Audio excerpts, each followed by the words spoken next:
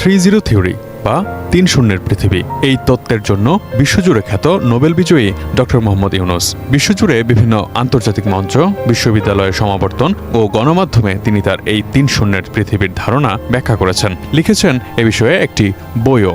সবশেষ জাতিসংঘের ৭৯তম সাধারণ পরিষদ অধিবেশনে একটি দেশের সরকার প্রধান হিসেবেও তিনি তার নির্ধারিত ভাষণে গুরুত্বারোপ করেছেন 3-0 পৃথিবীর ধারণার উপর। তার ঠিক আগের দিন নিউ ইয়র্ক টাইমসের ক্লাইমেট ফরওয়ার্ড নামক এক অনুষ্ঠানেও তিনি কথা বলেছেন তার 3-0 থিওরি নিয়ে। কিন্তু কি আছে এই 3-0 পৃথিবীর ধারণায়? কিভাবেই বা অর্জিত হবে সেই 3-0 পৃথিবী?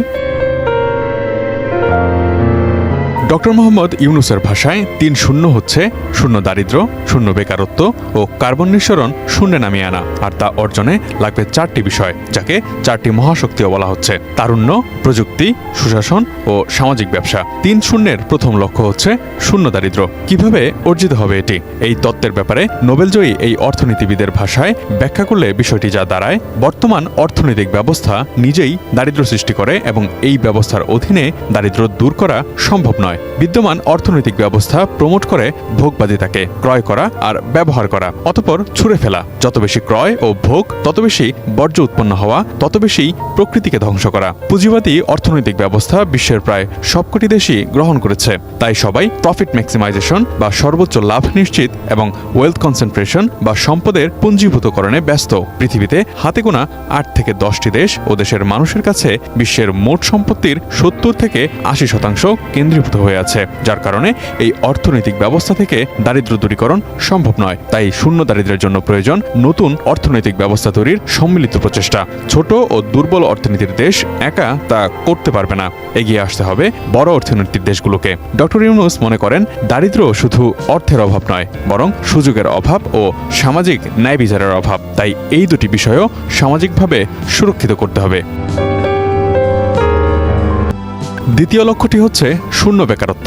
এই লক্ষ্য অর্জনে তিনি গুরুত্ব দিয়েছেন তারুণ্য, প্রযুক্তি, সুশাসন ও সামাজিক ব্যবসায়কে। তার মতে ভালো চাকরি না খুঁজে উদ্যোক্তা তৈরিতে জোর দিতে হবে। তিনি বলেন, আমরা জন্মেছি সমস্যা সমাধানের জন্য, কারো অধীনে চাকরি করবার জন্য নয়। বেকারত্ব দূর করতে তরুণদের উদ্যোক্তা হতে হবে। উদ্যোক্তা হওয়ার ক্ষেত্রে সামাজিক ব্যবসায় একটি উপায় হতে পারে।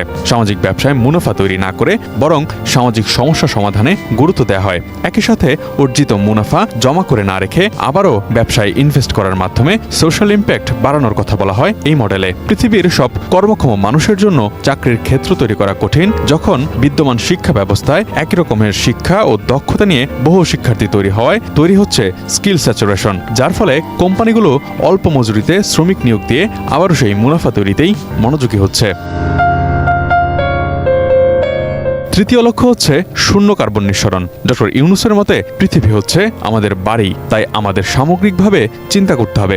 অর্থনৈতিক উন্নতি অর্জন করতে গিয়ে জীবাশ্ম জ্বালানি ব্যবহার করে পৃথিবীর ক্ষতি করা যাবে না। রিনিউয়েবল এনার্জির মাধ্যমে অর্থনীতিকে তৈরি করতে হবে। এক্ষেত্রেও অনুন্নত ও উন্নত দেশগুলোকে বেশি দায়বদ্ধতা নিয়ে এগিয়ে আসতে হবে। আর এই লক্ষ্য বাস্তবায়নে ব্যক্তি পর্যায়ের দায়িত্বকেও বড় মনে করে দেখছেন ডক্টর মোহাম্মদ ইউনূস। উদাহরণ হিসেবে তিনি বলছেন, কার্বন নিঃসরণ ঘটায় এমন যানবাহন প্রথমে সপ্তাহে 7 দিনের পরিবর্তে 6 দিন, ক্রমাগত তারপর 5 দিন, 4 দিন, এভাবে করে কমিয়ে আনতে হবে। যে ব্যক্তি এই 3 খাতে নিজেকে নিবেদিত করতে পারবেন, তিনি 3-0 ক্লাবের একজন সদস্য হবেন।